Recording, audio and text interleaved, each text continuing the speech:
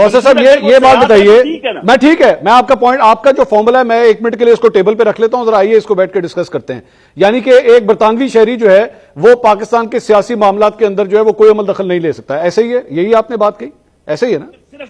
اگر صرف برطانوی شہری ہے، اس کے پاس نائقت نہیں ہے، اس کے پاس پاکستانی بالکل ایسے ہی ہے منصور، وہ بالکل نہیں لے سکتے اس میں حصہ.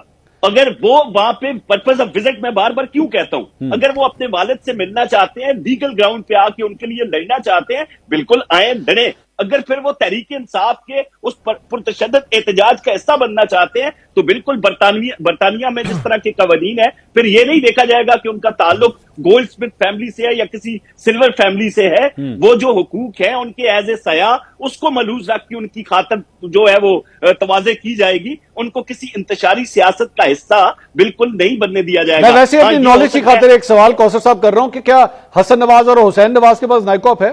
ویسے ہی پوچھ رہا ہوں میں آپ تیسری نالج کے لیے. پاکستانی پاسپورٹ ہے اپنا منصور، ان کے پاس نیشنلٹی نہیں ہے، یو کے کی پاسپورٹ ہی پاکستانی ہے بھائی. یو کے کی نیشنلٹی نہیں ہے ان کے پاس، ان کے پاس پاکستانی پاسپورٹ ہے، انڈیفینٹ لیو ٹو ریمین ہے ان کے پاس. میرا دوبارہ سوال میں پوچھ رہا ہوں، کیا یو کے کی کوئی نیشنلٹی ہے ان کے پاس یا نہیں ہے؟ ڈیول نیشنل تو نہیں ہے وہ؟